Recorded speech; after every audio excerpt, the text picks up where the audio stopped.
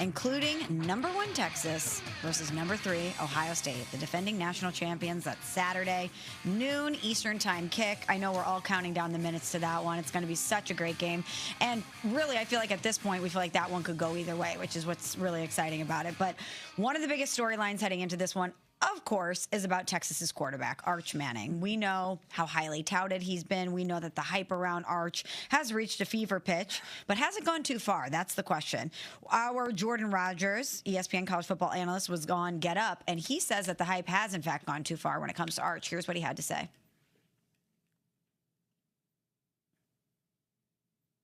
Jordan, are you there? I guess they don't have it. Well, I'm going to paraphrase here. So with Jordan Rogers on Get Up, he was talking about Arch, and he was talking about the hype surrounding him. And he says that the tape does not match the hype. Victoria, you cover college football for us here at ESPN. Where are you at with the hype with Arch matching the reality? We need to pump the brakes, okay? Because people are about to just drive this car off the cliff at this point. I think we've all agreed on this, that names matter, and the name on the back of your jersey matters too. If his last name wasn't Manning, we wouldn't be having this conversation. If he also was as hyped, or the player that people are hyping him to be, how did we not see more of him last year surpass Quinn Ewers? You know, Coach Sark, he's a smart guy. He knows what he's doing.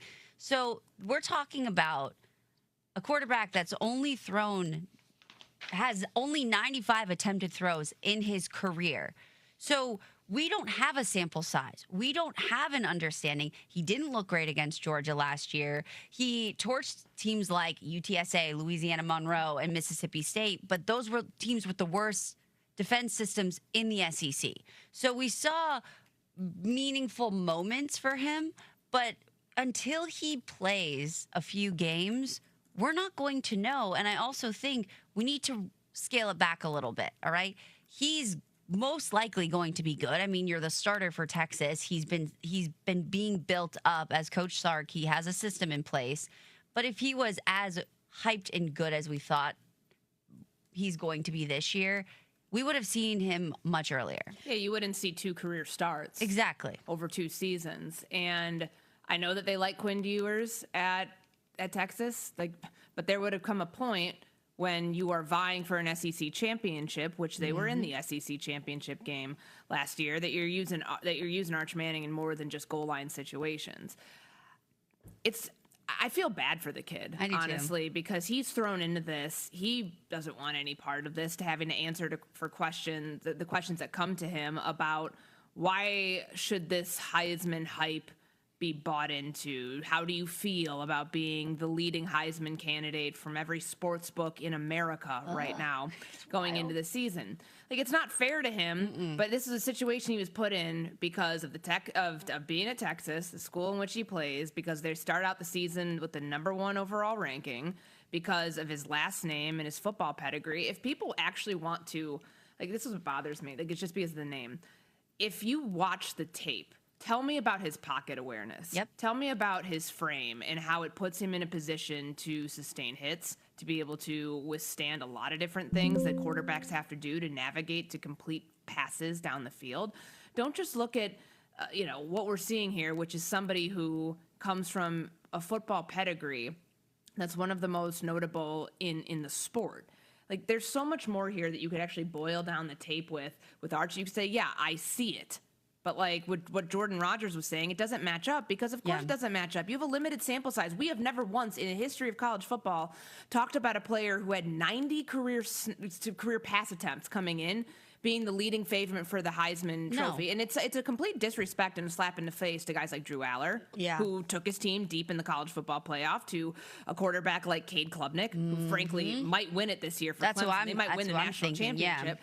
Garrett Nussmeier might be the number 1 overall pick next year, or at least the top quarterback taken. Dante Moore, remember him? He was at UCLA a couple years ago. Now he's at Oregon. Stop with this BS. I'd rather put, honestly, and it's no slight against Arch. Jeremiah Smith is a better Heisman Trophy candidate than a guy that we've barely seen. Well, and also, you mentioned, Courtney, that Jordan Rogers sound. We have it ready. Let's talk about this, the tape not matching the hype. Here's what Jordan Rogers had to say about Arch on Get Up. But I will say, and I'm going to say this, I don't know what you guys talked about when I went off air. The height doesn't match the tape. There are good things, and there are some good things. But the height or the tape, to me, doesn't tell you got a first-round draft pick or a top 10 or a number 1 overall draft pick or a Heisman hopeful. I think he's going to go into Ohio State and he's going to struggle because he hasn't played anybody. The last time we saw him against a really good defense was Georgia, and he looked out of place, right? He looked really good against UTSA, Louisiana Monroe, and Mississippi State, the worst defense in the SEC. I think there's still a lot for him to grow and a lot we need to see, like Lewis said. Yeah. That's one portion of this that we haven't really analyzed. What if Arch doesn't look great in week 1?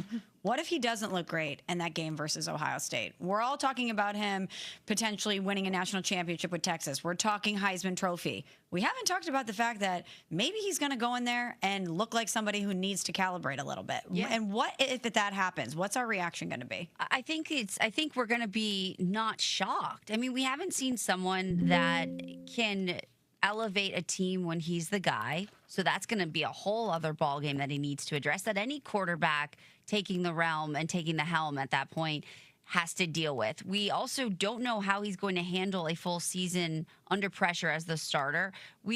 How he's going to perform against top tier teams. If he struggles, it's probably to be expected. You're talking about the new guy, if you will. So for us, for anyone to then write him off completely is ridiculous. And I loved that Courtney also brought up those other quarterbacks and those other players that should be in consideration over the Heisman, because we're taking away from the fact that we have a lot of talent in college football right now that are better and have proven to be better than Arch Manning. So until he proves us otherwise, keep an eye out on those guys. Keep an eye out on Cade and Clemson. Keep an eye out on Nussmeier. Like, they are guys that have already shown us through their track record what they're capable of. And if Arch struggles, which I expect him to do because it's the Ohio State in a hostile environment, he's human. He's trying to figure it out. He's not superhuman, because if he was, he would have surpassed Quinn Ewers.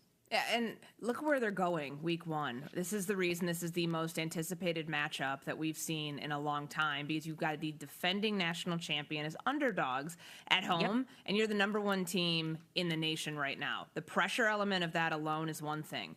What's going to happen if Caleb Downs is running down the field with a pick 6 early in this game? Because you know that is a very plausible possibility, considering that's a top 5 secondary. They have a top 10 linebacking core. Their pass rush lost a couple pieces. That's to be expected. It's Ohio State. They churn those guys out in and out every single year and send them to the NFL. Like, Matt Patricia has a big task at hand here to get Quinn Ewers, to get Arch Manning rattled early and often. And if he's able to do that, they could be in for a very long day. Like, yes, Texas is a top team in the country right now, but Arch has not been in that situation. No. I know what Jordan was talking about with the SEC championship game. What did he say at the end of that? He didn't look good against Georgia last year. He looked good against bad defenses. Sure. The one you're about to face in 2 days is not a bad defense by any stretch of the measure. They're a top 5 defense in college football right now. That's right. I can't wait for this one. Noon Eastern time kickoff on Saturday. Number 1 Texas and Arch Manning versus, I'm just going to say, the Fighting Jeremiah Smith, because I cannot wait to see that guy play football again. Number 3 Ohio State, the defending national champions. It's going to be amazing. The rubber meets the road, and it's brought to you by Midas. At Midas, they're rolling out the limited lifetime tire guarantee, included with every tire purchase with paid installation. You'll pay nothing for flat repairs or replacements. It's the limited lifetime tire guarantee, and it's only at Midas. Well, coming up next, are we getting any closer to a resolution between the Dallas Cowboys and Micah Parsons? We'll find